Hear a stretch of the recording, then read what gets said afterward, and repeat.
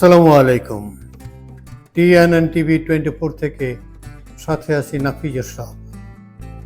নারায়ণগঞ্জের সিদ্ধিরগঞ্জে যৌতুকের দাবিতে গৃহবধূ মিম হত্যাকারীদের দ্রুত গ্রেপ্তার ও শাস্তি চেয়ে মানববন্ধন ও বিক্ষোভ মিছিল করেছে ভুক্তভোগী পরিবার ও এলাকাবাসী।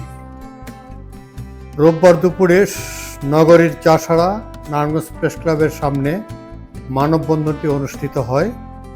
মানববন্ধনে স্বজনরা বলেন, যৌতুকের দাবিতে স্বামী মুকুল ও তার পরিবারের প্রায়ই মিমকে নির্যাতন করত। স্বামী মুকুল, তার মা, বাবা ও বোন মিলে মিমকে শ্বাসরোধ করে হত্যার পর তারা পালিয়ে গেছে। এ ঘটনায় থানায় পুলিশ মামলা নেয়নি। পরে আদালতে একটি হত্যা মামলা দায়ের করা হয়।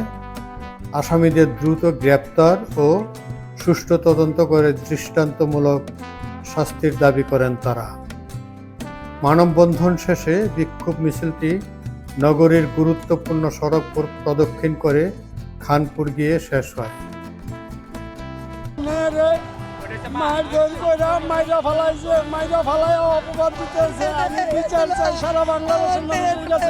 প্রশাসনের কাছে, দেশবাসীর কাছে, সবার কাছে বিচার চাই।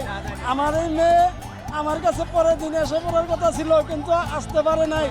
নাতিন নিয়া মেয়েটারে মাইরা এরা দুর্নাম ছড়াইছে। পুলিশ প্রশাসন আমাদের মামলা নিচ্ছে না।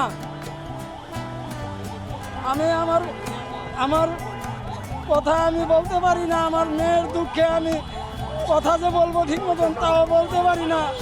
ঠিক আছে, আমার মুখটা ভাষা আছে না। আমার মেয়ের বিচার চাই।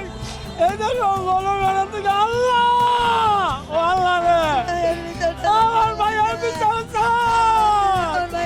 আল্লাহ মালিক হক বিচার করো। তুমি হকের হাকিম। তুমি হকের হাকিম, তুমি হক বিচার করো। আমার ভাই আমার মায়ের